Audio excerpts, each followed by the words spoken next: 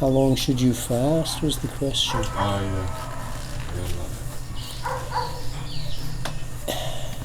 yeah.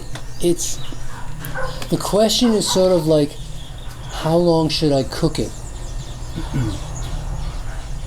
How long should I cook it, Jazz? So it's good. What are we cooking? It matters, right? Because if it's a chocolate chip cookie, it might be 10 minutes. But if it's turkey, it could be 4 hours. How long should we fast? Depends. My guidelines when I'm fasting people is long enough to get the job done, but no longer than necessary. I want it as long as necessary, as short as possible, so we can get back to life. But for people who've never fasted, it might be a day or two as their first introduction to fasting. I have from experience, I can tell you that I've never fasted anybody with rheumatoid arthritis for less than 18 days, and I've never fasted anybody with any kind of arthritis for more than 30 days. 30. So if somebody comes to me with arthritis, I have a fair idea that it's going to be somewhere around 2 to 3 weeks. I'm sorry, somewhere around 3 to 4 weeks. It's going to be somewhere around 3 to 4 weeks. So I did do one lady 18 days, another lady 19 days, quite a few people 30 days. Wow. Quite a few people 30 days because they had, just absolutely crippling arthritis. People who couldn't move a muscle with arthritis, couldn't move a joint, just like truly like a mummy, stuck into position.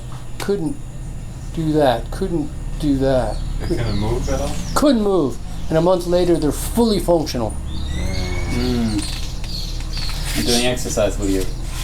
No, then we broke the fast. Then we go into exercise. Yeah. Yeah. Then later Eventually, 2 weeks later, she could stand up out of a chair with her own power and not have to use the arms of the chair. A couple days after that, she could go up and down stairs without holding the railing. I said, Hazer, you can go home now. That's good enough for me. Unbelievable. Good enough for me, but so I've seen her. I had a lady that only fasted 19 days, and she couldn't open a doorknob. She couldn't hold on to a ladle, right? And that's why she came, because she worked as a kitchen server in a school.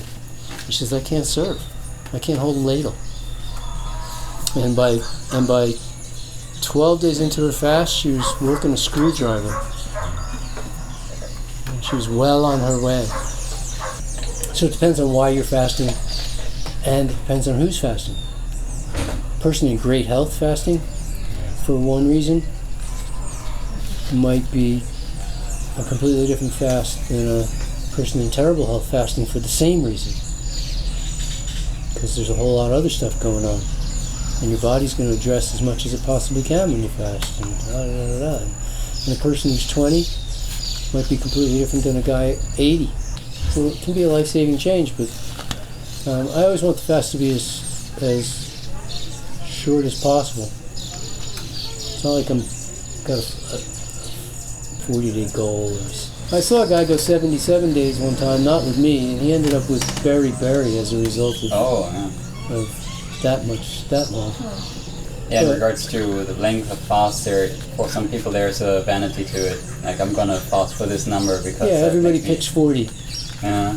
Yeah, they're trying to be Jesus. Everybody picks 40 days. But I had a guy come to me that had said he was going to fast for 40 days, but he didn't make 40 days. He ran out of reserves before he got to 40 days, and so I had to break his fast. He was around 34, 35 days. He couldn't function anymore. So at that point, break the fast. You said that healthy people can also fast, like athletes and stuff like that. It's good for anyone basically, but they wouldn't fast as long. They would do like a week or 10 days or... Well, Grant fasted 29 days. 29, great. And he started out skinny. Yeah, he started out skinny. I fasted 30 days.